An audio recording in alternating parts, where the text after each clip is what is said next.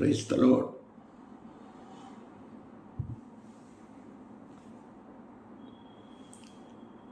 Praise the Lord. കർത്താവിൻ്റെ അതിപരിശുദ്ധമായ നാമം വാഴ്ത്തപ്പെടുമാറാകട്ടെ. വീണ്ടും ഒരു പ്രാവശ്യം കൂടി ദൈവത്തിൻ്റെ മാറ്റമില്ലാത്ത തിരുവചനവുമായി നിങ്ങളുടെ മധ്യത്തിലായിരിക്കാൻ സർവ്വകൃപാലുവായ ദൈവം അടിയൻ്റെ ജീവിതത്തിൽ ഒരുക്കി തന്ന വിലയേറിയ മകൾ ഭാഗ്യത്തെ ഓർത്ത് അടിയൻ നന്ദിയോടെ ദൈവത്തെ സ്തുതിക്കുന്നു, സ്തോത്രം ചെയ്യുന്നു. അടിയനെ വീഡിയോയിൽ കൂടെ ശ്രവിക്കുന്ന എല്ലാ പ്രിയപ്പെട്ടവർക്കും വീണ്ടും വരുന്ന യേശുക്രിസ്തുവിൻ്റെ നിസ്തുല്യ നാമത്തിൽ സ്നേഹവന്ദനത്തെ പ്രാരംഭമായി അറിയിക്കുന്നു. ഇന്നത്തെ ചിന്താവിഷയമെന്ന് പറയുന്നത് മാതാപിതാക്കളുടെ കഷ്ടപ്പാട് മൂലം തലമുറകൾക്ക് ലഭിക്കുന്ന നന്മകൾ. കാരണം ഇന്നത്തെ ന്യൂ ജനറേഷൻ മീൻസ് കുഞ്ഞുങ്ങൾ, അവർക്ക് കഷ്ടപ്പാട് എന്താണെന്ന് അവർക്കറിയില്ല. അവർ വിചാരിക്കുന്ന അവരുടെ കഴിവ് കൊണ്ടാണ് അവർ ഇത്രത്തോളം ഉയർന്നതെന്നും അവരുടെ കഴിവ് കൊണ്ടാണ് ഇത്രത്തോളം അവർ പഠിച്ചതെന്നും അവരുടെ കഴിവ് കൊണ്ടാണ് ഇത്രത്തോളം ഉന്നത നിലവാരത്തിൽ നിൽക്കുന്നതെന്നും അവരുടെ കഴിവുകൾ കൊണ്ടാണ് നല്ലൊരു കുടുംബജീവിതം ലഭിച്ചതെന്നും അവരുടെ കഴിവുകൾ കൊണ്ടാണ് എല്ലാം നേടിയെടുത്തത് എന്നുള്ള ചിന്താഗതികൾ ഞാൻ യൂത്തിൻ്റെ ഇടയിൽ പോകുന്നത് കൊണ്ട് അവരുടെയൊക്കെ വായിൽ നിന്ന് കേൾക്കുന്ന വാക്കുകൾ മൂലം ഞാനൊരു ചെറിയൊരു ചിന്ത, ദൈവവചന തിരുവെഴുത്ത് ഇതിനെക്കുറിച്ച് തിരുവെഴുത്തുകൾ എന്തു പറയുന്നു? ജാതിമത സംഘടനാ ഭേദമന്യേ ഇത് ക്രിസ്ത്യാനികൾക്ക് മാത്രമുള്ള ദൂതല്ല. ഹൈന്ദവ സഹോദരങ്ങൾ, മുസ്ലിം സഹോദരങ്ങൾ അവർ കഷ്ടപ്പെടുന്നുണ്ട് തലമുറകൾക്ക് വേണ്ടി. എനിക്ക് ഒത്തിരി പേരെ അറിയാം, അതുകൊണ്ടാണ് പറയുന്നത്. പകലില്ലാതെ ഓടി മാതാപിതാക്കൾ തലമുറകളെ പഠിപ്പിക്കുവാൻ. അവർ പട്ടിണി കിടന്ന്, അവർ ഒരു നേരത്തെ കഞ്ഞു കുടിച്ച്, വെളിനാട്ടിലാണെങ്കിൽ ഒരു രൂപയുടെ ഒരു റിയാലിൻ്റെ കുപ്പൂസം കഴിച്ചുകൊണ്ട് കിടക്കുന്ന അനേകരെ കുറിച്ച് എനിക്കറിയാം. അതുകൊണ്ട് ഇതിനു മുൻപൊരു വീഡിയോ ചെറുതായിട്ട് ഒന്ന് സൂചിപ്പിച്ചിട്ടു. പക്ഷെ പലരും പറഞ്ഞു ഇതിനെക്കുറിച്ച് ഒരു വീഡിയോ ഇടണമേ എന്ന് പറഞ്ഞതിൻ്റെ അടിസ്ഥാനത്തിൽ ചില ചിന്തകൾ ദൈവവചന അടിസ്ഥാനത്തിൽ നമുക്ക് നോക്കാം. യാക്കോബ് ഉൽപ്പത്തി പുസ്തകം നമ്മൾ പഠിക്കുമ്പോൾ നമുക്ക് യാക്കോബിനെ കുറിച്ച് നോക്കിയാൽ 32-ാം അധ്യായം 22 മുതൽ 32 വരെയുള്ള വാക്യങ്ങൾ നമ്മൾ വായിച്ചാൽ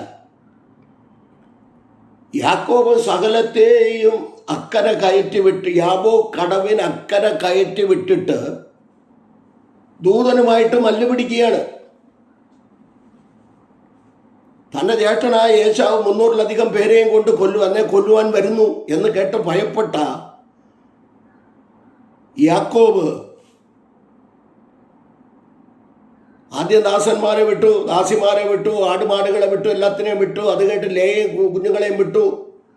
തട്ടുന്നെങ്കിൽ ഇവരെല്ലാവരെയും തട്ടിക്കോട്ടെന്ന് വിചാരിച്ച് പുള്ളി വിട്ടു. അതിനുശേഷം റാഹേലിനെയും യോസഫിനെയും ചേർത്ത് നിർത്തി. ബെന്യാമിൻ ജനിച്ചിട്ടില്ല. അവരെ അക്കരെ കടത്തിയതിന് ശേഷം, ലാസ്റ്റിൽ അവരെ കടത്തി വിട്ടതിന് ശേഷം യാക്കോബ് ദൂതനുമായി മല്ല് പിടിക്കുന്നു. എന്താണ് മൽപ്പിടുത്തം? നീ എന്നെ അനുഗ്രഹിച്ചിട്ടല്ലാതെ ഞാൻ നിന്നെ വിടുകയില്ല. ദൂതനുമായിട്ട് മല്ല് പിടിക്കാനൊന്നും പറ്റത്തില്ല സഹോദരങ്ങളെ. ഹോശേയ 12:3 നിങ്ങൾ പഠിച്ചാൽ മതി. അവൻ യാക്കോബ് കരഞ്ഞ് ദൈവത്തോട് അപേക്ഷിച്ചെന്ന്. ദൈവസന്നിധിയിൽ കരഞ്ഞു. എന്തിനു വേണ്ടി? കുടുംബത്തിന് വേണ്ടി, നന്മകൾക്ക് വേണ്ടി, തലമുറകൾക്ക് വേണ്ടി കരഞ്ഞ കരച്ചിലാണ് യാക്കോബിൻ്റെ തലമുറകളെ സ്വർഗത്തിലെ ദൈവം മാനിച്ചത്. നമ്പർ 1. നമ്പർ 2, അപ്പൻ അവിടെ നേരം ഉഷസ്സാകുവോളം യാക്കോബ് മല്ല് പിടിച്ചു. തുടക്കൊരു ഉളുക്ക് വീണു. ചരിത്രകാരന്മാരുടെ ഭാഷയിൽ പറഞ്ഞാൽ മരിക്കുന്ന കാലം വരെ ആ ഉളുക്കുണ്ടായിരുന്നെന്ന്. തുടക്ക ഉളുക്ക്, ആ ഉളുക്ക് മാറിയിട്ടില്ല. മരണകാലം വരെ ഉളുക്ക് സമ്പാദിച്ചത് അപ്പൻ ഉളുക്ക് സമ്പാദിച്ചത് തലമുറകൾക്കും കുടുംബത്തിനും വേണ്ടിയാ.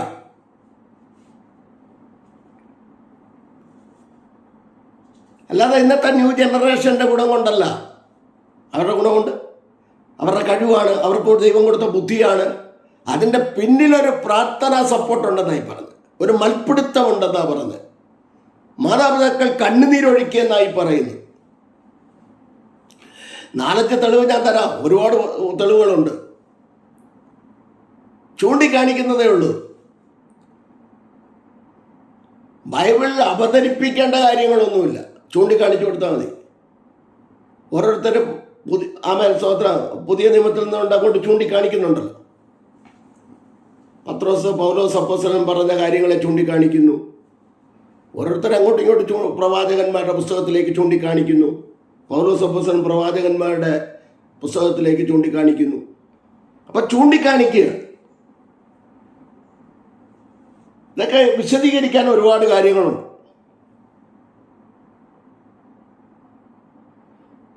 ഒരു ബർസില്ലായി എന്ന് പറഞ്ഞ 80 വയസ്സിലധികം പ്രായമുള്ള ബർസില്ലായി ശമൂവേൽ എഴുതിയ 2-ാം പുസ്തകം 19:31 മുതൽ 39 വരെയുള്ള വാക്യങ്ങൾ വായിക്കുമ്പോൾ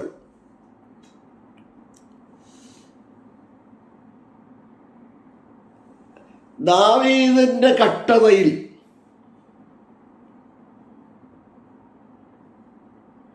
ദാവീദിന് വേണ്ടതായ ഭക്ഷണ സാധനങ്ങൾ എത്തിച്ചു കൊടുത്തത് മൂലം നിങ്ങൾ രാജാക്കന്മാർക്ക് എഴുതിയ 1-ാം പുസ്തകവും 2-ാം പുസ്തകവും വായിച്ചു കഴിയുമ്പോൾ, രാജാക്കന്മാർക്ക് എഴുതിയ 1-ാം പുസ്തകം 1-ാം അധ്യായവും 2-ാം അധ്യായവും വായിച്ചു കഴിഞ്ഞാൽ അവിടെ നിങ്ങൾക്ക് മനസ്സിലാവും. അവിടെയാണ് മനസ്സിലാവുന്നത്. എന്താണെന്നറിയാം, ഈ ബർസില്ലായി ഉപകാരം ചെയ്തത് നിമിത്തം ദാവീദ് രാജാവിൻ്റെ കട്ടപ്പാടിൽ ഈ ഉപകാരം ചെയ്തത് നിമിത്തം രാജാക്കന്മാർക്ക് എഴുതിയ 1-ാം പുസ്തകം 2-ാം അധ്യായത്തിലേക്ക് വരുമ്പോൾ ദാവീദ് പറയുന്നു, ബർസില്ലായിയുടെ കുഞ്ഞുങ്ങൾക്ക് നീ വേണ്ടതായ കാര്യങ്ങൾ ചെയ്തു കൊടുക്കണം. അവൻ എൻ്റെ കട്ടപ്പാടിൽ എനിക്ക് നന്മ ചെയ്തു, ഞങ്ങൾക്ക് വേണ്ടതൊക്കെ നൽകി തന്നു. ആ ഭാഗം വായിച്ചു കഴിയുമ്പോൾ നിങ്ങൾക്കറിയാം. എന്ന് പറഞ്ഞാൽ ചെയ്യുന്ന, ദൈവസ്ഥലം ഇരിക്കുന്ന, പ്രാർത്ഥിക്കുന്ന, കരയുന്ന, കണ്ണുനീരൊഴുക്കുന്ന മാതാപിതാക്കളുടെ കണ്ണുനീരിന് മുൻപിൽ ഉയർത്തുന്ന ദൈവം, തലമുറകളെ മാനിക്കുന്ന ദൈവം, തലമുറകളെ മാനിക്കുന്ന ദൈവം. അവിടെ ശിമെയിയും കുടുംബവും നശിച്ചപ്പോൾ യോവാബ് ദാവീദിന്റെ മന്ത്രിയായിരുന്ന യോവാബിനെ വെട്ടിക്കൊന്നപ്പോൾ തന്റെ ഏട്ടനായ അദോനിയാവിനെ വെട്ടിക്കൊന്നപ്പോൾ ആ സ്ഥാനത്ത് പറയുന്ന ഒരു പദമുണ്ട്, ബർസില്ലായി എനിക്ക് എൻ്റെ കഷ്ടതയിൽ അനേകം നന്മകൾ ചെയ്തു, അവൻ്റെ തലമുറകളെയൊക്കെ വേണ്ടതായ സകലവും നീ നൽകണം. എന്ന് പറഞ്ഞാൽ ഒരപ്പൻ നന്മ ചെയ്തത് മൂലം ഓരോരുത്തരുടെ കട്ടപ്പാടിൽ നന്മ ചെയ്താലും എന്തു ചെയ്യും, തലമുറകളെ അനുഗ്രഹിക്കും. അങ്ങനെ തലമുറകൾക്ക് അവിടെ അനുഗ്രഹം വരികയാണ്. 3-ാമത്തെ ചിന്താ വിഷയം എന്ന് പറയുമ്പോൾ, ദാവീദ് 5 അപ്പത്തിനിരന്നു. ശമൂവേൽ എഴുതിയ 1-ാം പുസ്തകം 21-ാം അധ്യായത്തിലേക്ക് വരുമ്പോൾ 5 അപ്പത്തിന് ദാവീദ് ഇരന്നു. പുരോഹിതൻ്റെ അരികിൽ ചെന്ന് പറഞ്ഞപ്പോൾ, ഇവിടെ വല്ലതും കഴിക്കാനുണ്ടോ എന്ന് ചോദിച്ചപ്പോൾ, വിശുദ്ധ അപ്പമല്ലാതെ വേറൊന്നുമില്ല. അടുത്ത പദം നിങ്ങൾക്കറിയാം. അത് നിങ്ങൾ വിശുദ്ധിയോടെ, നിങ്ങളെല്ലാവരും കുടുംബം അല്ല വിശുദ്ധിയോടെ ആയിരിക്കുന്നു എങ്കിൽ ഈ അപ്പം നിങ്ങൾക്ക് തരാം. പക്ഷേ 5 അപ്പത്തിനിരന്നെങ്കിൽ, അപ്പൻ 5 അപ്പത്തിനിരന്നെങ്കിൽ നിന്റെ തലമുറകളെ ഇറക്കാൻ സ്വർഗത്തിലെ ദൈവം അനുവദിക്കത്തില്ല. പട്ടിണി ഉണ്ടാവത്തില്ലേ എന്നൊക്കെ എല്ലാവരും പറയുന്ന നീതിമാന്റെ സന്തതി ആഹാരത്തിന് ഇറക്കുന്നത് ഞാൻ കണ്ടിട്ടില്ല. പൗലോസ് അപ്പോസ്തലൻ അനേക പ്രാവശ്യം കൊരിന്ത്യർക്ക് 2-ാം ലേഖനം 11-ാം അധ്യായം 22 മുതൽ 32 വരെയുള്ള ഭാഗം വായിക്കുമ്പോൾ അനേക പ്രാവശ്യം പട്ടിണി കടന്നേ. ക്രിസ്തീയ ജീവിതം കട്ടതയാ, പ്രതിസന്ധികളാ, പ്രതികൂലങ്ങളാ. എങ്കിലും നമുക്കൊരു ഉയർച്ചയുണ്ട്, തലമുറകൾക്കൊരു നന്മയുണ്ട്, അതിനേക്കാൾ വലിയൊരു നിത്യതയുണ്ട് നമുക്ക്.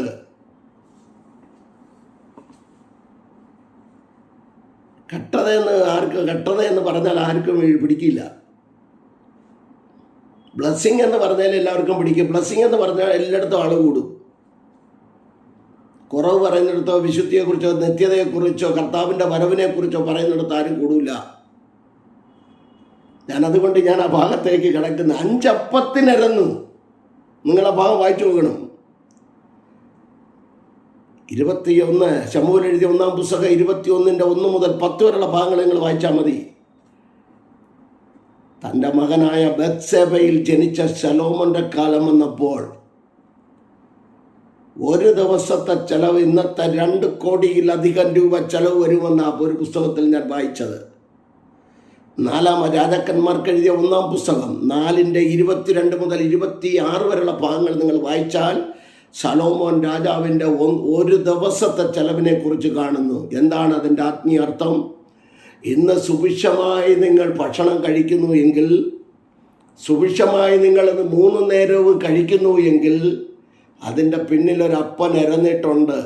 ഞാൻ 6-ാം ക്ലാസ്സിലും 7-ാം ക്ലാസ്സിലും ഒക്കെ പഠിക്കുമ്പോൾ ഞാൻ ഹോട്ടലിൻ്റെ പുറകിൽ നിന്ന് എച്ചിലയിൽ നിന്ന് ഞാൻ വാരി തന്നിട്ടുണ്ട്. കാരണം വീട്ടിലൊന്നുമില്ല.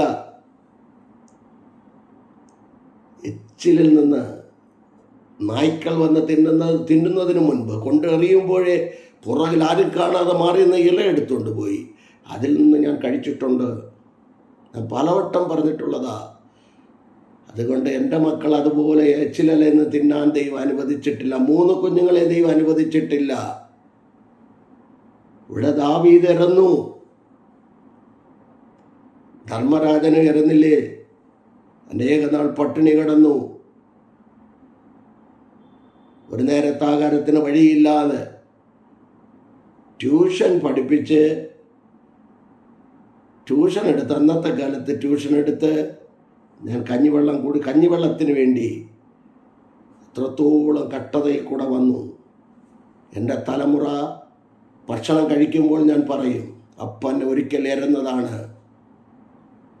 ഈ പെട്ടകം എടുത്തത് കൊണ്ട്, കർത്താവിന് വേണ്ടി നിന്നത് കൊണ്ട് സ്വർഗത്തിലെ ദൈവം മാനിച്ചതാ. സ്വർഗത്തിലെ ദൈവം അടിയനെ ഉയർത്തിയതാ. കട്ടപ്പാടുകളുണ്ട്, കടഭാരങ്ങളുണ്ട്, ഇന്നും വേദനകളുണ്ട്, ബുദ്ധിമുട്ടുകളുണ്ടെങ്കിലും സ്വർഗത്തിലെ ദൈവം ഉയർത്തി. 4 പേരുടെ മധ്യത്തിൽ ദൈവവചനവുമായി നിൽക്കുവാൻ, ശ്രേഷ്ഠന്മാരായ ദൈവദാസന്മാരുടെ മധ്യത്തിൽ, PhD എടുത്ത ദൈവദാസന്മാരുടെ മധ്യത്തിൽ, ഒരു പഠിപ്പോ പ്രതാപമോ ഇല്ലാത്ത ഈ ധർമ്മരാജനും വചനവുമായി നിൽക്കുമ്പോൾ, ആ ശ്രേഷ്ഠന്മാരായ ദൈവദാസന്മാരുടെ കൂട്ടത്തിലിരുന്ന് ഭക്ഷണം കഴിക്കുമ്പോൾ വളരെ ദുഃഖിച്ച് ഹൃദയം കൊണ്ട് സന്തോഷം കൊണ്ട് കരയാറുണ്ട്. ദാവീദ് 5 അപ്പത്തിനിരന്നെങ്കിൽ തലമുറയായ ബത്ശേബയിൽ ജനിച്ച ശലോമോനെ സ്വർഗത്തിലെ ദൈവം മാനിച്ചു, ഉയർത്തി, അനുഗ്രഹിച്ചു. ഏറ്റവും വലിയ കാര്യങ്ങളെ ദൈവം അവന് വേണ്ടി ചെയ്തു. ദൈവം ചില പ്രമാണങ്ങൾ കൊണ്ട് നീ ദൈവത്തോടു കൂടെ നടക്കുന്നിടത്തോളം, ദൈവം അത് വിട്ടുപോകാതെ നീ നടക്കുന്നിടത്തോളം കാലം നിന്നെ ഉയർത്തും, മാനിക്കും, തലമുറയായി മാനിക്കുമെന്ന് ദൈവം വാഗ്ദത്തം നൽകി. ശലോമോനെ ഉയർത്തിക്കഴിഞ്ഞപ്പോൾ ശലോമോൻ ദൈവ വഴി വിട്ടുപോയി. ദൈവത്തെ ആരാധിച്ച് മുട്ടുകുത്തി പ്രാർത്ഥിച്ച് ദൈവത്തിൻ്റെ ശക്തിനെ ഇറക്കിയ ശലോമോൻ രാജാക്കന്മാർക്ക് 1-ാം പുസ്തകം 5-ാം അധ്യായം, 6-ാം അധ്യായം, 7-ാം അധ്യായം, 8-ാം അധ്യായമൊക്കെ വായിക്കുമ്പോൾ, ദിനവൃത്താന്തങ്ങളുടെ 2-ാം പുസ്തകം, 1-ാം പുസ്തകം 5-ാം അധ്യായമൊക്കെ വായിക്കുമ്പോൾ, 2-ാം പുസ്തകം അടകൽ ഗമനം, ദൈവത്തിൻ്റെ പദ്ധതി അവനിൽ വെളിപ്പെടുവാനിടയായി. എന്നാൽ അവൻ വെളിപ്പെട്ടത് മൂലം അവൻ ദൈവത്തെ മറന്നു. അവൻ ദൈവത്തെ മറക്കുന്നു, വിഗ്രഹങ്ങളെ ആരാധിക്കുവാൻ തുടങ്ങി. ദൈവത്തിൽ നിന്ന് അകന്നു മാറി. റാങ്ക് ലിസ്റ്റിൽ, എബ്രായ ലേഖനം റാങ്ക് ലിസ്റ്റാണ്, 11-ാം അധ്യായം റാങ്ക് ലിസ്റ്റാണ്. പക്ഷെ ഇത്രയും കാര്യങ്ങൾ ചെയ്ത ശലോമോന്റെ പേര് റാങ്ക് ലിസ്റ്റിൽ വന്നില്ല. എല്ലാവരുടെയും പേര് റാങ്ക് ലിസ്റ്റിൽ വരത്തില്ല, നല്ല A+ ആണ്. ഞാൻ പറയുന്നത്, ഒരു രാഘവ് എന്ന് പറഞ്ഞ വേശ്യയുടെ പേര് വന്നില്ലേ? ഇബ്താഖിൻ്റെ പേര് വേശ്യാപുത്രൻ എന്ന് എഴുതിയ ന്യായാധിപന്മാർ പറയുന്ന പോലെ ഇബ്താഖിൻ്റെ പേര് വന്നില്ലേ? ഒരു രൂത്തിൻ്റെ പേര് യേശുക്രിസ്തുവിൻ്റെ വംശാവലി പട്ടികയിൽ വന്നില്ലേ? പറഞ്ഞത് റാങ്ക് ലിസ്റ്റിൽ പേരില്ല. മനസ്സിലായ? ദാവീദ് 5 അപ്പത്തിനിറന്നെങ്കിൽ തലമുറയെ കോടിക്കണക്കിന് നന്മകളാൽ ദൈവം മാനിച്ചു. അനേകർക്ക് കൊടുക്കുവാനുള്ള നന്മ തൻ്റെ കരങ്ങളിൽ ദൈവം കൊടുത്തു. കാരണം എന്താ? 5 അപ്പത്തിന് ദാവീദ് ഇറന്നപ്പോൾ എൻ്റെ അപ്പൻ എഴുതി വെച്ചു. അഹസ്വേരോസ് രാജാവ് ദിനവൃത്താന്തത്തിൽ എഴുതിയതുപോലെ കർത്താവ് ഓർമ്മയുടെ പുസ്തകത്തിൽ എഴുതി വെച്ചു. മലാക്കി 3 പറയുന്നത് പോലെ സ്മരണ പുസ്തകത്തിൽ എഴുതി വെച്ചു. സ്മരണ പുസ്തകത്തിൽ എഴുതി വെച്ചു. തലമുറയെ ഉയർത്തുമെന്ന് ദൈവം എഴുതി വെച്ചു. എൻ്റെ അപ്പൻ നിൻ്റെ തലമുറയെ ഉയർത്തുമെന്ന് പറഞ്ഞാൽ അത് ഉയർത്തുക തന്നെ ചെയ്യും. അതുകൊണ്ട് തലമുറകൾ എന്താണ് ചെയ്യേണ്ടത്? അപ്പനും അമ്മയും കണ്ണുനീരൊഴുക്കുന്നത് നിങ്ങൾ കണ്ടിട്ടില്ലേ? അവൾ നിലവിളിച്ച് കരയുന്നത് നിങ്ങൾ കണ്ടിട്ടില്ലേ? നിങ്ങൾക്കെന്താ ഒരു അനുതാപമില്ലാത്തത്? നിങ്ങളെന്താ മാതാപിതാക്കളെ അനുസരിക്കാത്തത്? എഫേസ്യർ 6:1 മുതൽ 3 വരെ വായിച്ചിട്ടില്ലേ? മക്കളെ, കർത്താവിൽ എന്ന പോലെ നിങ്ങളുടെ അമ്മയപ്പന്മാർക്ക് കീഴ്പ്പെടുക ന്യായമല്ലോ. നിങ്ങൾക്ക് നന്മയുണ്ടാകുവാനും ദീർഘായുഷ്ണ്ടാകുവാനും നിങ്ങളുടെ അപ്പനെയും അമ്മയെയും ബഹുമാനിക്കുക. അതാ സദൃശവാക്യം 3:16 പറയുന്നത്. എൻ്റെ വലം കൈയിൽ ദീർഘായുസ്സും ഇടം കൈയിൽ ധനവും ഐശ്വര്യവും ഉണ്ടെന്ന്. അപ്പം 2 കൈയും വെച്ച് കുഞ്ഞുങ്ങളെ അനുഗ്രഹിക്കുക. ദീർഘായുസ്സും ഉണ്ട്, നന്മയും ധനവും ഐശ്വര്യവും ഉണ്ട്. വലം കയ്യിലും ഇടം കയ്യിലും ഉണ്ട്. അതല്ലേ എഫേസ്യർ 6:1 മുതൽ 3 വരെയുള്ള വാക്യങ്ങൾ. കുഞ്ഞുങ്ങൾ വളരെ ശ്രദ്ധിക്കണമേ. മാതാപിതാക്കളെ കരയിപ്പിക്കരുത്, മാതാപിതാക്കളെ വേദനിപ്പിക്കരുത്. എല്ലാവർക്കും കൂടെയുള്ള ദൂത ഇത്. ക്രിസ്ത്യാനികൾക്ക് മാത്രമല്ല, പെന്തക്കോസ്തുകാർക്ക് മാത്രമല്ല, ജാതി മത ഭേദമന്യേ എല്ലാവർക്കും ഉള്ള ദൂത, കുഞ്ഞുങ്ങൾക്കുള്ള ദൂത. കേൾക്കുന്നവർ ഒന്ന് പറഞ്ഞ് മനസ്സിലാക്കി കൊടുക്കുക. കുഞ്ഞുങ്ങൾ അപ്പന്മാരുടെ കഷ്ടപ്പാട്.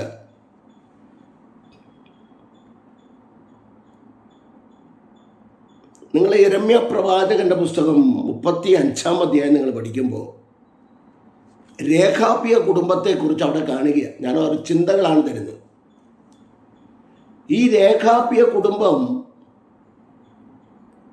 അവർ തലമുറകൾക്ക് ഉപദേശം കൊടുത്തു.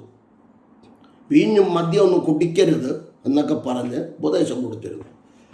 എന്നാൽ പിന്നത്തേതിൽ തലമുറകളുടെ കാലം വന്നപ്പോൾ യിരെമ്യാവിനോട് ദൈവം പറഞ്ഞ് ഇവരെ വിളിച്ചു കൊണ്ടുപോയി റൂമിനുള്ളിലാക്കി, ആരും കാണാതെ ഉള്ളിനകത്താക്കി ഇവർക്ക് വീഞ്ഞും മദ്യവും കുടിക്കാൻ കൊടുക്കുക എന്ന് പറഞ്ഞു.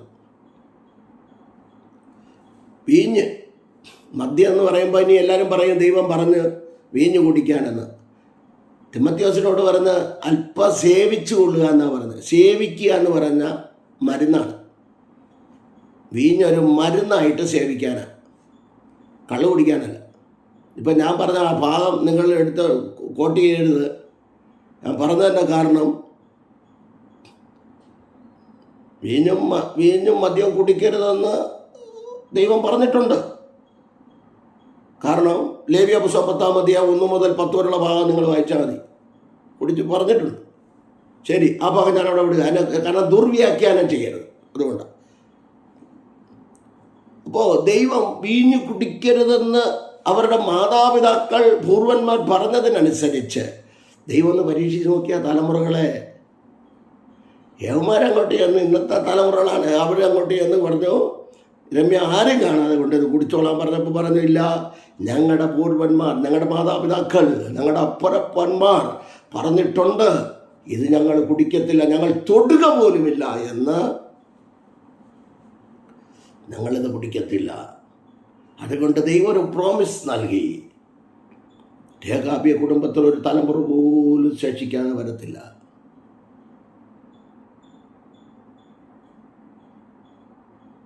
എന്ന് പറഞ്ഞാൽ തലമുറ തലമുറയായി അവരെ അനുഗ്രഹിക്കുമെന്ന്. തലമുറ തലമുറയായി. പലരും നഷ്ടപ്പെട്ടപ്പോൾ, കുടുംബം അന്യം നിന്ന് പോയപ്പോൾ, രേഖാബിയ കുടുംബത്തിലെ തലമുറകളെ ദൈവം തലമുറ തലമുറയായി ദൈവം മാനിച്ചു. മാതാപിതാക്കളുടെ വാക്കനുസരിച്ചത് കൊണ്ടല്ലേ കുഞ്ഞുങ്ങളെ? ഇതൊരു പവർഫുൾ മെസ്സേജ് അല്ല. മാതാപിതാക്കൾ കിടന്ന് കരയുന്ന അനേക മാതാപിതാക്കൾ തലമുറകളെ കുറിച്ച് കരയുന്നത് കൊണ്ടാണ് ഇത് പറയുന്നത്. ആ ഭാഗം നിങ്ങൾ വായിച്ച് മനസ്സിലാക്കുക. യെരമ്യ 35, യെരമ്യ ചാപ്റ്റർ 35 വായിച്ച് മനസ്സിലാക്കുക.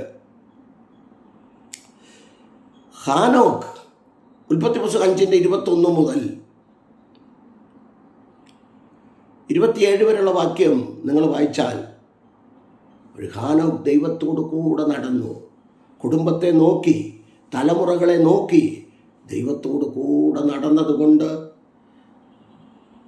ദൈവ സൃഷ്ടിയായ ആദാമിന് പോലും ഉൽപ്പത്തി 5:1 മുതൽ 3 വരെ നിങ്ങൾ വായിക്കുമ്പോൾ 930 സംവത്സരമേ അദ്ദേഹം ജീവിച്ചോളൂ.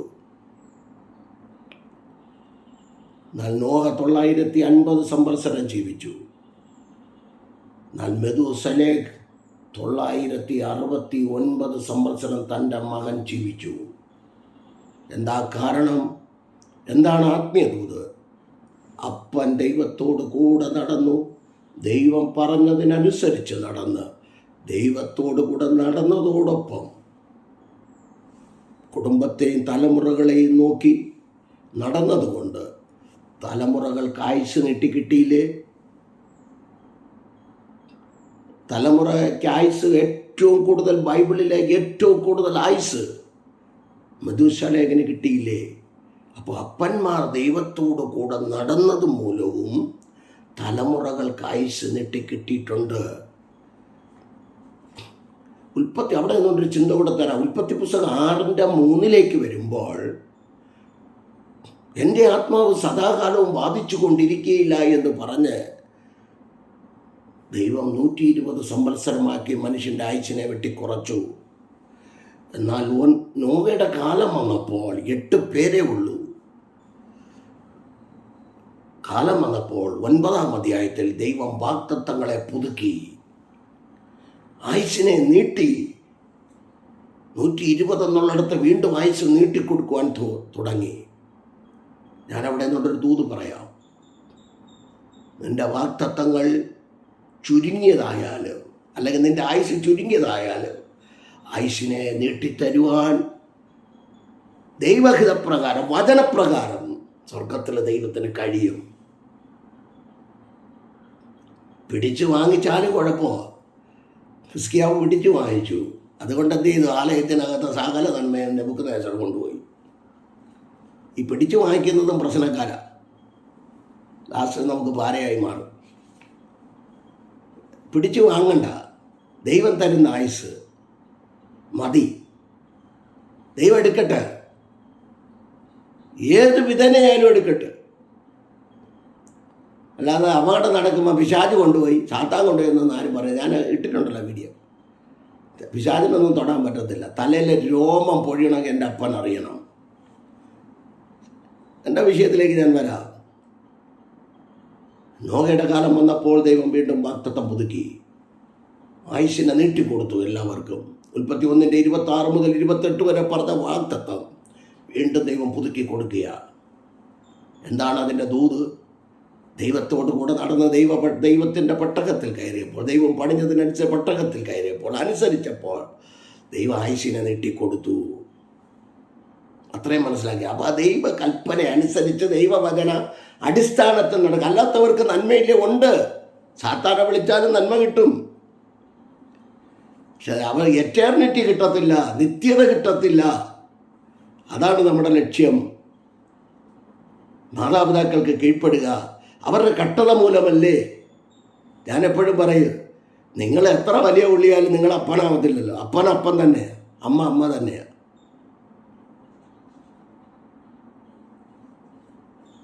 അപ്പൻ തന്നെ, അമ്മ തന്നെ. അതിന് യാതൊരു മാറ്റവും ഇല്ല. അടുത്ത ഒരു ചിന്ത ആവശ്യം കൂടെ തരാം.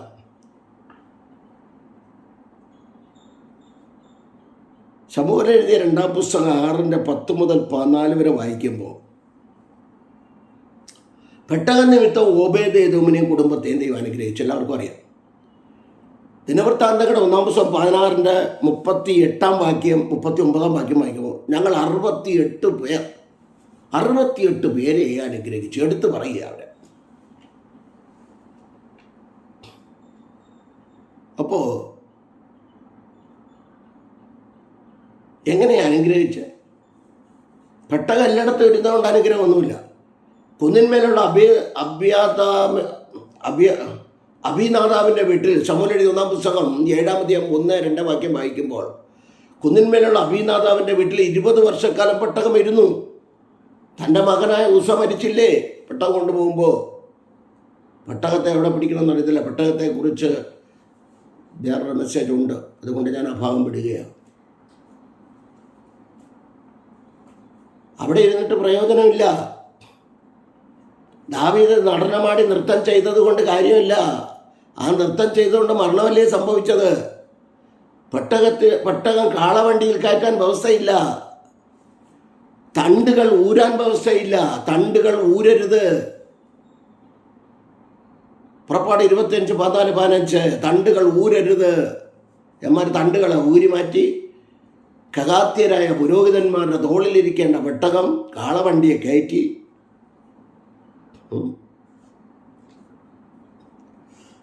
ഉസ മരിച്ചില്ലേ?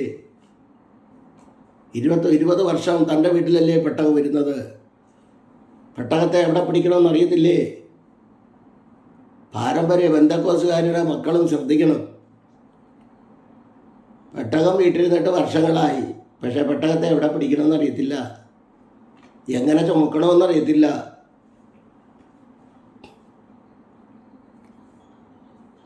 പക്ഷെ അതിനകത്തൊരു പുസ്തകത്തിൽ ഞാൻ വായിച്ചത്, വർഷങ്ങളായി അവർ സ്ഥലമൊരുക്കി കാത്തിരുന്നു. കാരണം ഈ പെട്ടകം കൊണ്ട് അകത്തേക്ക് കയറാൻ പറ്റത്തില്ല. ഇടുങ്ങിയ വാതില. എങ്കിലും ഈ പെട്ടകം എവിടെയെങ്കിലും കൊണ്ട് വയ്ക്കാൻ പറ്റത്തില്ല. ഇവരുടെ ശരീരത്തിൽ നിന്ന് ഒരഞ്ഞ് 4 പേര് ചുമക്കുമ്പോൾ 4 പേരുടെ ശരീരത്തിൽ നിന്ന് രക്തമൊഴിയുന്ന അത്രത്തുള്ള ഇടുങ്ങി സ്ഥലത്തും ഇടുങ്ങിയ വാതിലിൽ കൂടെ കയറി അവർ പെട്ടകം ഇരിക്കേണ്ടിടത്ത് വച്ചു കഴിഞ്ഞപ്പോൾ ആ പെട്ടകം നിമിത്തം ഓബേദ്-ഏദോമിനെ കുടുംബത്തെ അനുഗ്രഹിച്ചില്ലേ? 68 പേരെ അനുഗ്രഹിച്ചില്ലേ? അതുകൊണ്ട് ദാവീദ് അനുഗ്രഹിച്ചെന്നൊരു പെട്ടകം കൊണ്ടുപോകാൻ വന്നു. അവർ പറഞ്ഞ ഒരു കാര്യമാണ്, ദാവീദ് നീ പെട്ടകം കൊണ്ടുവെക്കൂ, പക്ഷെ ഞങ്ങൾ ഈ പെട്ടകത്തെ വിട്ട് മാറത്തില്ല. ഞങ്ങൾ 68 പേര് ഞങ്ങൾ കൂടെ ഉണ്ടാവും. ഞങ്ങളെ ഉയർത്തിയ പെട്ടകം, ഞങ്ങളെ അനുഗ്രഹിച്ച പെട്ടകം, ഞങ്ങളുടെ തലമുറകളെ അനുഗ്രഹിച്ച പെട്ടകം, ഞങ്ങളുടെ സഹോദരങ്ങളെ അനുഗ്രഹിച്ച പെട്ടകം, ഞങ്ങളുടെ കുടുംബങ്ങളെ അനുഗ്രഹിച്ച പെട്ടകത്തെ വിട്ട് ഞങ്ങൾ മാറത്തില്ല.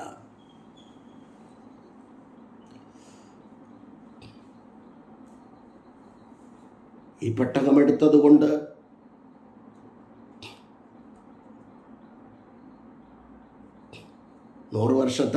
ഇന്ത്യ നമ്മൾക്കിവിടെ 100 വർഷത്തെ പാരമ്പര്യം എടുക്കാം. എങ്കിലും ഞാൻ പറയുക, അവരനുഭവിച്ച വേദനകൾ, കഷ്ടതകൾ, പട്ടിണി, പ്രയാസം, വെല്ലുവിളികൾ. പെന്തക്കോസ്തിൽ പോയാൽ മത്തിയും കപ്പയും കഴിക്കാമെന്ന് പറഞ്ഞെന്ന് 5 സ്റ്റാർ ഹോട്ടലിലായി. ഇതൊക്കെ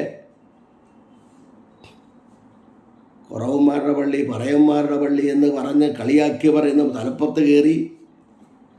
ഞാൻ പറഞ്ഞത്, ഇത് ഉയർത്തുന്ന പെട്ടകമായ എല്ലാവർക്കും മനസ്സിലായി.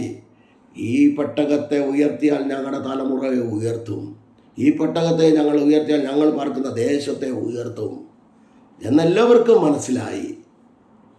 അതുകൊണ്ട് ഈ പെട്ടകത്തെ വിട്ട്, വിശുദ്ധിയുടെ പെട്ടകം ക്രിസ്തുവാകുന്ന പെട്ടകത്തെ വിട്ട് ഇടത്തോട്ടോ വലത്തോട്ടോ മാറാതെ കുഞ്ഞുങ്ങളെ, ഈ ദൈവവചനത്തെ നിങ്ങൾ ഉയർത്തിപ്പിടിച്ചാൽ, സാദൃശ്യമൊക്കെ 4:6, 4:7 പറയുന്നു. ആമേൻ.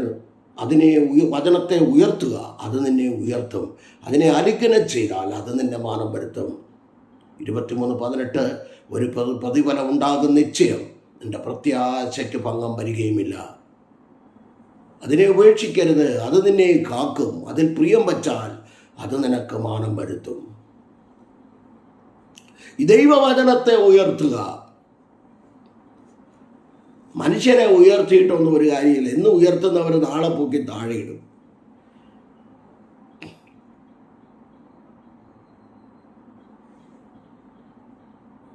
രാജാക്കന്മാർക്ക് എഴുതിയ 1-ാം പുസ്തകം 26-27 വാക്യം വായിക്കുമ്പോൾ ശലോമോൻ രാജാവ് അബിയാഥാർ പുരോഹിതനെ നോക്കി പറയുക, അബിയാഥാർ പുരോഹിത,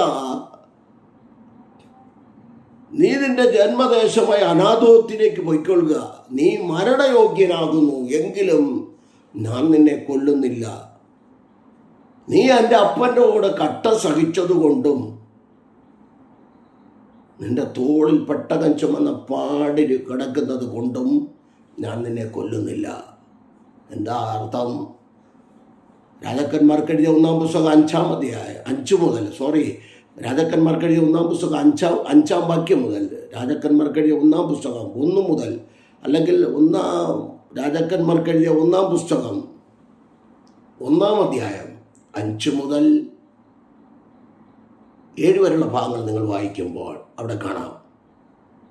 അവിടെ നമുക്ക് കാണാം തൻ്റെ ജ്യേഷ്ഠനായ അദോനിയാവും ഈ അബിയാഥാരും ദാവീദിൻ്റെ മന്ത്രിയായിരുന്ന യോവാബും ഒരേ തെറ്റാ ചെയ്തത്.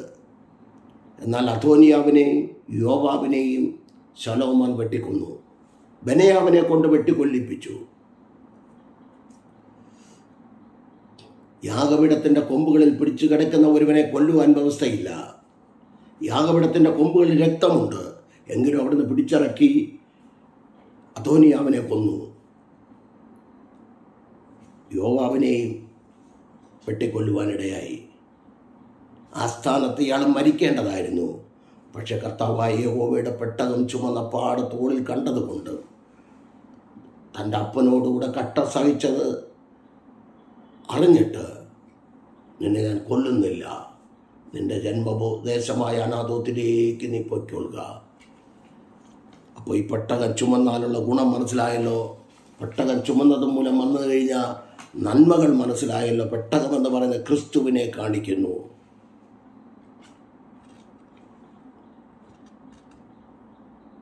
എത്രയോ കാര്യങ്ങൾ പറഞ്ഞു കുഞ്ഞുങ്ങളെ.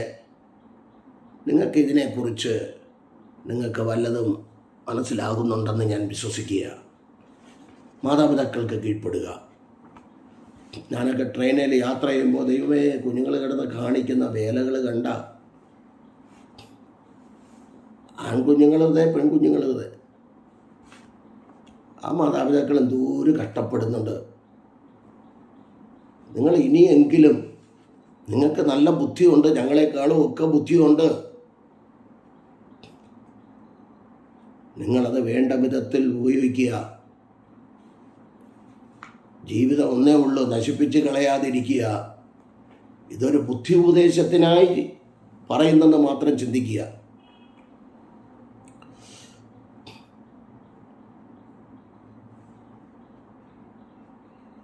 നമുക്ക് ആരെയും നേടാൻ കഴിഞ്ഞില്ലെങ്കിലും യോശുവ ഭക്തൻ, ഞാനും എൻ്റെ കുടുംബമോ ഞങ്ങളെ യഹോവയെ സേവിക്കും. 24:15 യോശുവ.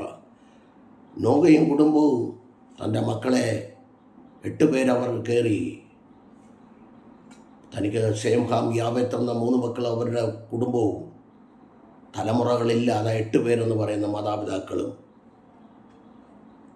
അതാ ഓരോരുത്തരൊക്കെ ചോദിക്കുന്നത്, സ്നാനപ്പെട്ടപ്പോൾ കുടുംബം ഇല്ലായിരുന്നോ, കുഞ്ഞുങ്ങളില്ലായിരുന്നോ? ഇല്ല. പത്രോസ് അപ്പോസ്തലൻ എടുത്തെഴുതി, പെട്ടകത്തിൽ 8 പേർ മാത്രം. അതുകൊണ്ട് ഒരു ചിന്ത കൂടെ പറഞ്ഞ് പ്രാർത്ഥിക്കുവാനായി താല്പര്യപ്പെടുന്നു. കുഞ്ഞുങ്ങൾക്ക് വേണ്ടി പ്രാർത്ഥിക്കുവാൻ താല്പര്യപ്പെടുന്നു. ഞാനിതിനു മുൻപ് ഒരു വീഡിയോ ഇട്ടിരുന്നു, എങ്കിലും അത് ആർക്കും അത്ര തൃപ്തി ആയില്ല. അതുകൊണ്ടാണ് ഒന്നുകൂടെ ഇടുന്നത്. ഇത്രയും വിശദമായിട്ട് എഴുതിയില്ല, ഒരു പോയിൻ്റായിട്ട് എടുത്ത് ഇടയ്ക്ക് കയറി പറഞ്ഞതേ ഉള്ളൂ. പുറപ്പാട് പുസ്തകം എൻ്റെ ഒരു ആത്മീയ ചിന്തയെ പറഞ്ഞ് പ്രാർത്ഥനയ്ക്കായി സമയം പറഞ്ഞിരിക്കുക. അവിടെ പുറപ്പാട് പുസ്തകം 12-ാം അധ്യായത്തിലേക്ക് വരുമ്പോൾ 11-ാം അധ്യായം 12-ാം അധ്യായം പഠിക്കുമ്പോൾ ഇസ്രായേൽ ജനം സ്വന്തമല്ലാത്ത ദേശത്ത് 400 430 450 പറയുന്ന 3 സംഖ്യ കിടപ്പുണ്ട്. എന്നാൽ ദൈവം പറഞ്ഞു സ്വന്തമല്ലാത്ത ദേശത്ത് 400 സംവത്സരം നിങ്ങൾ പാർക്കുമെന്നും അവിടുന്ന് ഒരു പുറപ്പാടുണ്ടെന്നും ദൈവം പറഞ്ഞിരുന്നു. അങ്ങനെ 11:7 പറയുന്നു, നിങ്ങൾ പുറപ്പെടും, ഞാൻ ഇസ്രായേൽ ജനത്തെ നിങ്ങൾക്കൊരു വ്യത്യാസം വയ്ക്കുന്നു. നിങ്ങൾ പുറപ്പെടുമ്പോൾ നിങ്ങൾക്ക് നേരെ ഒരു നായും വായനക്കുകയില്ല എന്നൊരു വാഗ്ദത്തം കൊടുത്തുകൊണ്ട് 12-ാം അധ്യായത്തിലേക്ക് വരുമ്പോൾ ഊനമില്ലാത്ത ആബീബ് മാസം 10-ാം തീയതി ഒരു ഊനമില്ലാത്ത ആട്ടിൻകുട്ടിയെ ഒരുക്കി നിർത്തണം. 14-ാം തീയതി സന്ധ്യയ്ക്ക് അതിനെ അറക്കണം. അവിടെയാണ് എൻ്റെ ഒരു ചിന്ത. ഇതിനു മുമ്പ് പറഞ്ഞിരുന്നു, മാതാപിതാക്കൾ കുടുംബ പ്രാർത്ഥനയെക്കുറിച്ച് പറഞ്ഞിരുന്നു. ആർക്കും അങ്ങനെ കേൾക്കും, ചെവിക്ക് ഓട്ടയുള്ളത് കൊണ്ട് അങ്ങ് മറക്കും. അതുകൊണ്ടാണ് കേട്ടത് വല്ലപ്പോഴും ഒഴുകിപ്പോകാതിരിക്കേണ്ടതിന്, കേട്ടത് അധികം ശ്രദ്ധയോടെ കേൾക്കേണ്ടതിന് വീണ്ടും റിപ്പീറ്റ് ചെയ്യുക.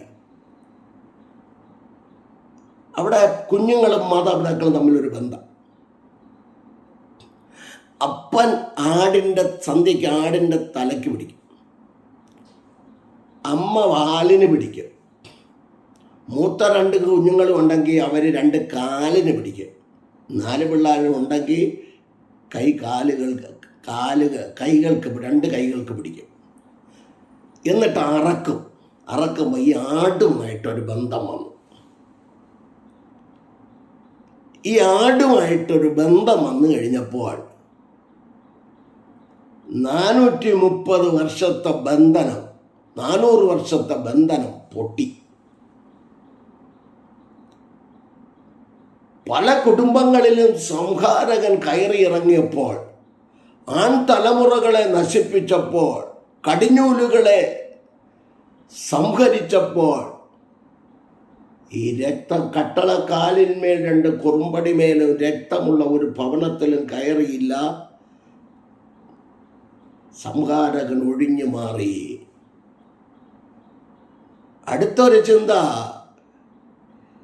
ഇവിടെ ആടിൻ്റെ കരച്ചിൽ ഉയരുക. ഓരോ കുടുംബത്തിലും ഓരോ ആട്.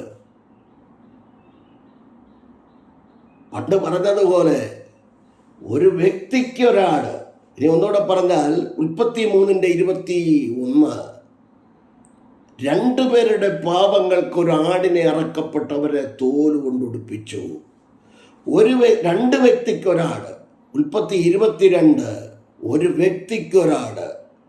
ലേവ്യ പുസ്തകം 16-ാം അധ്യായം 16 മുതൽ വായിക്കുമ്പോൾ ഒരു സമൂഹത്തിന് ഒരാട്. ഒരു സമൂഹത്തിനൊരാട്. കുറച്ചുകൂടെ മാറി വരുമ്പോൾ 2 വ്യക്തിക്കൊരാട്, ഇസ്സഹാക്കിന് പകരം ഒരാട്, ഒരു സമൂഹത്തിനൊരാട്, ഓരോ കുടുംബത്തിനും ഓരോ ആട്, ഓരോ കുടുംബത്തിനും ഓരോ ആട്, അല്ലെങ്കിൽ ഓരോ കുടുംബത്തിനും ഒരാട്. അപ്പോൾ 2 വ്യക്തിക്കൊരാട്, ഒരു വ്യക്തിക്കൊരാട്, ഓരോ കുടുംബത്തിനും ഒരാട്, ഓരോ ആട്, ഒരു സമൂഹത്തിന് ഒരാട്. ആത്മാവിൽ അമ്മയുടെ ഉദരത്തിൽ കിടക്കുമ്പോൾ ആത്മാവിൽ മറിയയുടെ വന്ദനസ്വരം കേട്ട് അമ്മയുടെ ഉദരത്തിൽ കിടന്ന് തുള്ളിയവൻ പറയുന്നു, മുഴു ലോകത്തിൽ, യോഹന്നാൻ്റെ സുവിശേഷം 1:29 പറയുന്നു, ആ മുഴു ലോകത്തിൻ്റെയും പാപത്തെ ചുമക്കുന്ന ദൈവത്തിൻ്റെ കുഞ്ഞാട്. ഇതിനെക്കുറിച്ചൊക്കെ ചരിത്രപരമായ ഒരുപാട് കാര്യങ്ങളുണ്ട്, ഞാൻ അതിലേക്ക് കടക്കുന്നില്ല. ഒരാട്, മുഴു ലോകത്തിൻ്റെയും പാപത്തെ ചുമക്കുന്ന ഒരു ദൈവ കുഞ്ഞാട്.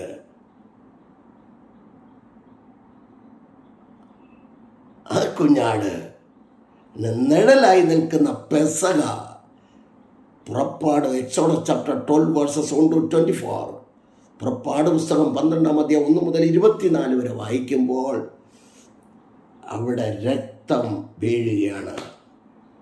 ക്രിസ്തുവിന് നിഴലായി നിൽക്കുന്ന ഒരു കുഞ്ഞാടിൻ്റെ ഊനമില്ലാത്ത, ക്രിസ്തുവിന് ഊനമില്ല.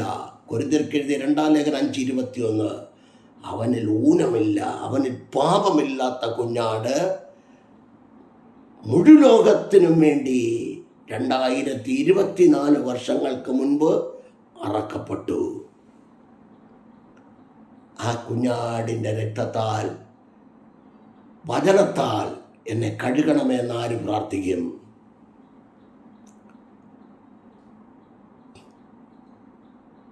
ഞാൻ കഴിഞ്ഞ വീഡിയോയിലിട്ടു, എനിക്കിങ്ങനെയാണ് തോന്നുന്നത്, രക്ഷിക്കപ്പെടുന്നതിന് മുൻപ്, പാവം പറഞ്ഞ് നിർത്തുക, രക്ഷിക്കപ്പെടുന്നതിന് മുൻപ് ചെയ്തു പോയ പാപങ്ങൾ, യോഹന്നാൻ എഴുതിയ 1 ലേഖനം 1:7 യെശയ്യാ 1:18 കൂടെ ചേർത്ത് പഠിക്കുമ്പോൾ അവിടെ പറയുന്നു, നിന്റെ പാപം എത്ര കടും ചുവപ്പായിരുന്നാലും അത് ഹിമം പോലെ വെളുപ്പിക്കും. യേശുക്രിസ്തു സകല പാപവും പോക്കി ശുദ്ധീകരിക്കുന്നു. അങ്ങനെയാണെങ്കിൽ രക്ഷിക്കപ്പെടുന്നതിന് മുൻപ് യേശുക്രിസ്തുവിൻ്റെ രക്തത്താൽ ഒരു പാപി കഴുകണമേ എന്ന് പറയുമ്പോൾ ആ രക്തത്താൽ കഴുകൽ പ്രാപിക്കുക. സഭയോടുള്ള ബന്ധത്തിൽ വിശ്വാസികൾക്ക് പിന്നെയും രക്തത്താൽ കഴുകണമേ കഴുകണമേ കഴുകണമേ എന്ന് പറയുന്നത് എത്രത്തോളം ശരിയെന്ന് എനിക്ക് തോന്നുന്നില്ല.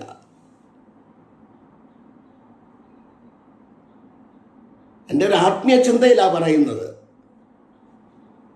മനുഷ്യൻ്റെ ജീവിതത്തിൽ അതിനുശേഷം വരുന്ന കുറവുകൾ എഫേസ്യർ 5:26 സഭയോടുള്ള ബന്ധത്തിൽ ദൂതറിയിക്കുമ്പോൾ അവനവളെ വചനത്തോടുകൂടിയ ജലസ്നാനത്താൽ വെടിപ്പാക്കി, വചനത്താൽ വെടിപ്പാക്കുക.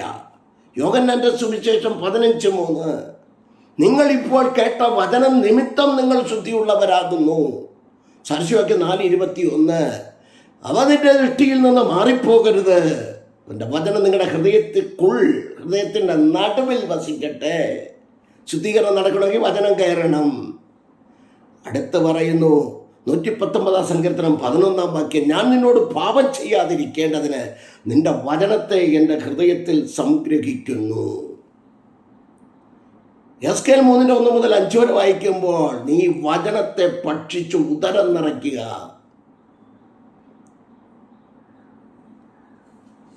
വായെ തൊട്ടു, യിരെമ്യാ 1:9, വായെ തൊട്ടു വായിൽ വചനം നിറച്ചു.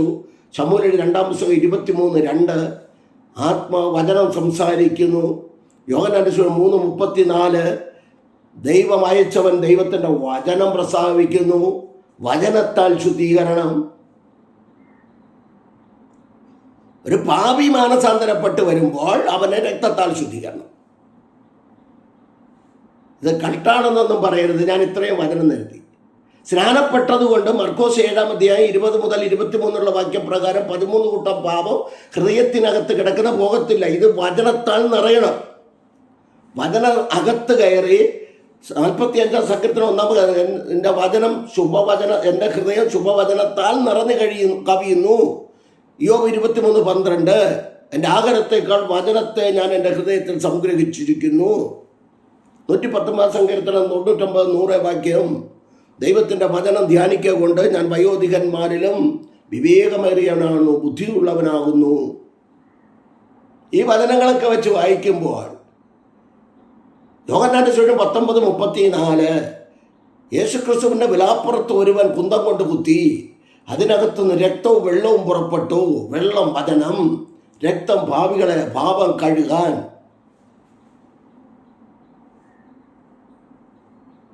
വചനത്താൽ ശുദ്ധീകരണമാണ്. പിന്നെയും രക്തം ആകപ്പാടെ 5 ലിറ്റർ വെള്ളമേ ഉള്ളൂ. ഒരാൾ പറഞ്ഞതുപോലെ മുഴുലോകത്തിൻ്റെ പാപത്തിന് വേണ്ടി ചൊരിയപ്പെട്ട രക്തം, അത് പാപികൾക്ക് വേണ്ടിയുള്ളതാ.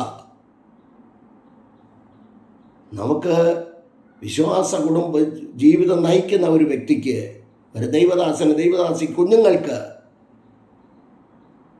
ഞാൻ വചനം ചിന്തിച്ചപ്പോൾ എനിക്ക് അങ്ങനെയാണ് മനസ്സിലായത്. പിന്നെ രക്തത്താൽ കഴുകണേ എന്ന് പറഞ്ഞുകൊണ്ടിരിക്കാറില്ല. ഞാൻ ഈ വചനപ്രകാരം വെടിപ്പാക്കി കേൾക്കുന്ന വചന നിമിത്തം എന്നെ ശുദ്ധീകരിക്കണമേ, കഴുകണമേ, എൻ്റെ കുറവുകളെ കഴുകണമേ എന്ന് പ്രാർത്ഥിക്കാറേ ഉള്ളൂ. എൻ്റെ ചിന്താവിഷയം മാറിപ്പോയതല്ല. നമ്മുടെ കുഞ്ഞുങ്ങൾക്ക് വേണ്ടി നമുക്ക്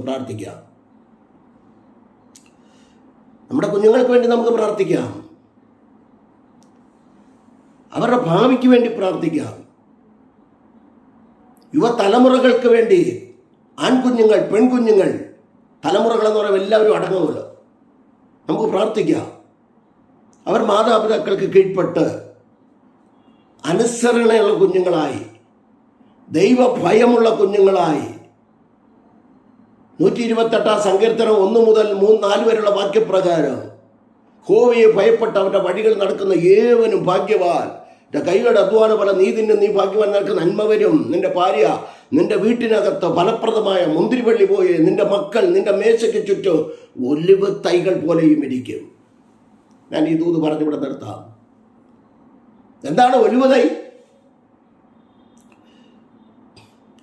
ഉൽപ്പത്തി പുസ്തകം 6, 7, 8 അധ്യായം നിങ്ങൾ വായിച്ചു നോക്കിയേ. ലബാനോനിലെ സകല വൃക്ഷങ്ങളും വാട്ടുകൂറ്റം മരങ്ങൾ ജലപ്രളയത്താൽ അഴുകി വെള്ളം ഇറങ്ങിക്കഴിഞ്ഞപ്പോൾ, അത് കടലിലേക്ക് ഒഴുകിപ്പോയപ്പോൾ, ചുരുക്കി പറയുക, പ്രാവിനെ വിട്ട് ആദ്യം പോയി കിട്ടിയില്ല, രണ്ടാമത് വന്നു. ഒരു പച്ച ഒലിവില അതിൻ്റെ വായിലുണ്ടായിരുന്നു. അതുകൊണ്ട് പെട്ടകത്തിനകത്ത് കയറിയപ്പോഴാണ് നോഹയ്ക്ക് മനസ്സിലായി വെള്ളം കുറഞ്ഞത്. എന്ന് പറഞ്ഞാൽ ഒലിവ് സൗദിയിലൊക്കെ ഇഷ്ടം പോലെ ഉണ്ട്, ഞാൻ കണ്ടിട്ടുണ്ട്. വലിയ പൊക്കമൊന്നുമില്ല, വലിയ തടിയുമല്ല. ലബാനോനിലെ ദേവദാരു പോലെ വലിയ തടിയൊന്നുമല്ല. പക്ഷേ അതിനോട് നീ എന്താ പച്ചയായിട്ട് നിന്നത് ഇത്രയും ദിവസത്തെ വെള്ളപ്പൊക്കത്തിൽ? 40 രാവ് 40 പകലും മഴ പെയ്തപ്പോൾ എന്തുകൊണ്ട് അഴുകിപ്പോയില്ല? ഇലയ്ക്ക് പറയാനുണ്ട്, ഞങ്ങളുടെ ഇലയിൽ എണ്ണയുണ്ട്, ഞങ്ങളുടെ വൃക്ഷത്തിൽ എണ്ണയുണ്ട്. ഇത് കുഞ്ഞുങ്ങളെ ഏറ്റെടുത്തോണ്ടേ. തലമുറകളിൽ പരിശുദ്ധാത്മാവാകുന്ന എണ്ണയുള്ളിടത്തോളം കാലം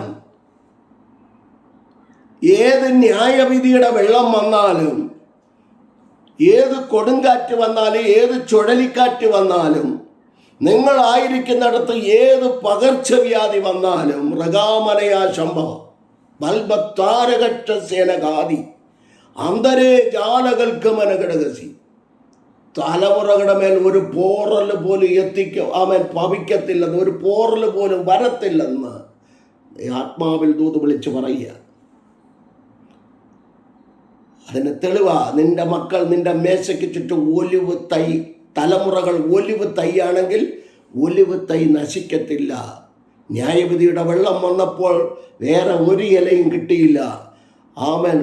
ആകാശം മുട്ട നിൽക്കുന്ന ദേവദാരു പോലും കടമൊഴുകിപ്പോയി. എന്നാൽ താഴെ നിന്ന ഇത്രയും ദിവസം വെള്ളത്തിനടിയിൽ നിന്ന ഒലിവ് മരത്തിൻ്റെ ഇലയ്ക്കോ ആ മരത്തിനോ ഒരു കേട് സംഭവിച്ചില്ല. കാരണം എണ്ണയുണ്ട്. എണ്ണ പരിശുദ്ധാത്മാവിനെ കാണിക്കുന്നു.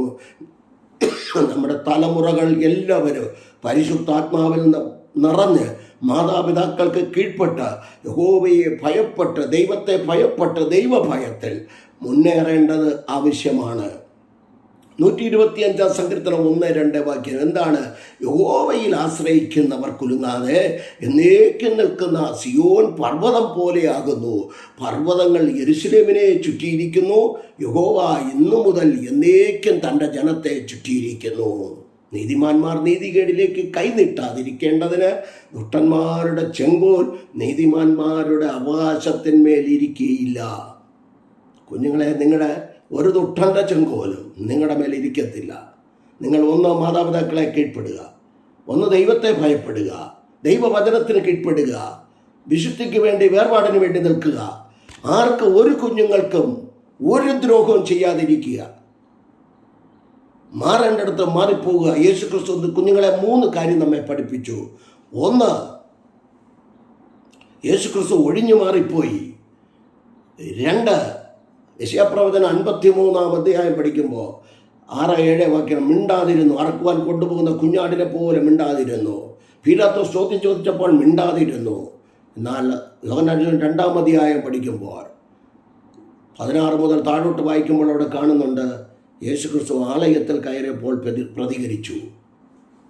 ആലയത്തെ അശുദ്ധമാക്കാൻ തുടങ്ങിയപ്പോൾ, ആലയം ആരാണ്? നാം ജീവനുള്ള ദൈവത്തിൻ്റെ ആലയമാണ്. കൊരിന്ത്യർക്ക് എഴുതിയ 1 ലേഖനം 3:16, 6-ാം അധ്യായം 16, 17, 18, 19 വാക്യങ്ങളൊക്കെ വായിക്കുമ്പോൾ ജീവനുള്ള ദൈവത്തിൻ്റെ ആലയമാണ്. കൊരിന്ത്യർക്ക് 2-ാം ലേഖനം 6:16, 17 വരുമ്പോൾ അവിടെയും പറയുന്നത് ജീവനുള്ള ദൈവത്തിൻ്റെ ആലയമാണ്. ആ കർത്താവിൻ്റെ കരങ്ങളിൽ നമ്മെ ഏൽപ്പിച്ചു കൊടുക്കാം. ഇത്രയും കാര്യം കേട്ടല്ലോ. നമ്മുടെ വളരെ ശ്രദ്ധിച്ചോണം. ഹാനോക്ക് കൂടെ നടന്നു, തലമുറയ്ക്ക് ആയുസ്, ഏറ്റവും കൂടുതൽ ആയുസ് കിട്ടി. നിങ്ങൾ നോഹയും കുടുംബവും പെട്ടകത്തിനകത്ത് കയറിയത് മൂലം അവർ രക്ഷ പ്രാപിച്ചു. വാഗ്ദത്തം പുതുക്കി കൊടുത്തു, ആയുസിനെ നീട്ടിക്കൊടുത്തു. ഹാനോക്ക് ദൈവത്തോട് കൂടെ നടന്നുള്ള തലമുറയ്ക്ക് ആയുസ് കിട്ടി. പെട്ടകം ചുമന്നത് മൂലം ഓബേദേദോമിനെ 68 പേരെയും ദൈവം അനുഗ്രഹിച്ചു. ഒരു ബർസില്ലായി ദാവീദിൻ്റെ കട്ടതയിൽ, പ്രയാസത്തിൽ ദാവീദ് രാജാവിന് പട്ടണം 80-ാം വയസ്സിൽ എത്തിച്ചു കൊടുത്തെങ്കിൽ ദൈവം അവരുടെ തലമുറകളെ മാനിച്ചു. രേഖാബിയ കുടുംബത്തെക്കുറിച്ച് നാം കേട്ടു, ജെരമ്യാ 35. അവിടെ പറഞ്ഞത് ഇങ്ങനെയാണ്, അവരെ രഹസ്യമായിട്ട് കൊണ്ടുപോയി, നമ്മളെ ഇതുപോലെ വിളിക്കും, രഹസ്യമായിട്ട് ആരെങ്കിലും കള്ളു കുടിക്കാൻ പറ്റാൻ പോകരുത്. മദ്യത്തെക്കുറിച്ച് ഞാനൊരു മെസ്സേജ് ഇടുന്നുണ്ട്. ദൈവത്തിൻ്റെ കരങ്ങളിൽ ഏൽപ്പിച്ചു കൊടുക്കുക കുഞ്ഞുങ്ങളെ. ഒരപ്പൻ ഒരു യാക്കോബ് ഉളുക്ക് സമ്പാദിച്ചത് മൂലം തലമുറകളെ ദൈവം അനുഗ്രഹിച്ചില്ലേ? 12 ഗോത്രത്തെ ദൈവം അനുഗ്രഹിച്ചില്ലേ? യഹൂദയിൽ യേശു ക്രിസ്തു ജനിച്ചില്ലേ? ഒരു ഉളുക്ക് സമ്പാദിച്ചത് മൂലം സംഭവിച്ച കാര്യങ്ങളാണ്. നിങ്ങൾക്കെല്ലാം അറിയാമല്ലോ. അബിയാഥാം പുരോഹിതനെ കുറിച്ച് കേട്ടല്ലോ. തൻ്റെ തോളിൽ പാട് കിടക്കുന്നത് കൊണ്ട് തൻ്റെ കൂടെയുള്ള 2 പേരും മരിച്ചപ്പോൾ, ഒരേ തെറ്റ് ചെയ്ത് 2 പേരും മരിച്ചപ്പോൾ ശലോമോൻ പറഞ്ഞപ്പോഴേക്കോ, നിന്നെ ഞാൻ കൊല്ലുന്നില്ല. ഈ വചനങ്ങളെ ഒന്ന് ധ്യാനിക്കുക. മാതാപിതാക്കളൊന്ന് ധ്യാനിച്ച് കുഞ്ഞുങ്ങൾക്കൊന്ന് പറഞ്ഞു കൊടുക്കുക. കുഞ്ഞുങ്ങളെ ജാതിമത സംഘടനാ ഭേദമന്നെ മാതാപിതാക്കളെ ദൈവം അനുഗ്രഹിക്കട്ടെ എന്ന പ്രാർത്ഥനയോടെ കണ്ണുകളടയ്ക്കാൻ പ്രാർത്ഥിക്കാം. പരിശുദ്ധ പിതാവേ, അവിടുത്തെ കരങ്ങളിൽ ഏൽപ്പിച്ച് പ്രാർത്ഥിക്കുന്നു. ദൈവകൃപയാൽ ഈ വചനം കേൾക്കുന്ന എല്ലാ കുഞ്ഞുങ്ങളെയും അവിടെ നിന്ന് അനുഗ്രഹിക്കണം. ഞങ്ങളുടെ തലമുറകളെ മാനിക്കണം. ഞങ്ങളുടെ തലമുറകളെ അനുഗ്രഹിക്കണം. ദൈവത്തിൻ്റെ പ്രവൃത്തി കുഞ്ഞുങ്ങളുടെ മേൽ വെളിപ്പെടുത്തണം. അവരുടെ പഠനം, ഭാവി എല്ലാം ദൈവകരങ്ങളിൽ ഭയത്തിലായിരിക്കുന്ന കുഞ്ഞുങ്ങളുണ്ട്. കർത്താവെ പഠിപ്പിക്കുവാൻ നിവൃത്തിയില്ലാത്ത കുഞ്ഞുങ്ങളുണ്ട്. കുഞ്ഞുങ്ങളെ വിവാഹം കഴിച്ച് അയക്കിവിടാൻ പാടില്ലാതെ ഇരിക്കുന്നവരുണ്ട്. 2 കിഡ്നി നഷ്ടപ്പെട്ടിരിക്കുന്ന കുഞ്ഞുങ്ങളുണ്ട്. കാലില്ലാത്ത, കാത് കേൾക്കാത്ത, കണ്ണ് കാഴ്ചയില്ലാത്ത കുഞ്ഞുങ്ങളുണ്ടപ്പ. ശരീരത്തിന് ആരോഗ്യമില്ലാത്ത കുഞ്ഞുങ്ങളുണ്ട്. പ്രത്യേകിച്ച് വിവാഹം നടക്കാത്ത, നാളുകളായി പ്രാർത്ഥിച്ചിട്ടും വിവാഹം നടക്കാത്ത കുഞ്ഞുങ്ങളുണ്ട്. വിവാഹം വേണ്ട എന്ന് പറഞ്ഞ് നടക്കുന്ന കുഞ്ഞുങ്ങളുണ്ട്. ദൈവമേ, ഇവരോടൊക്കെ ദൈവം മനസ്സലിന് കരുണ കാണിച്ച് കുഞ്ഞുങ്ങളെ അവിടെ നിന്ന് അനുഗ്രഹിക്കണം. വിവാഹം കഴിഞ്ഞിട്ട് തലമുറകളില്ലാതെ ഭാരപ്പെടുന്നവരുണ്ട്.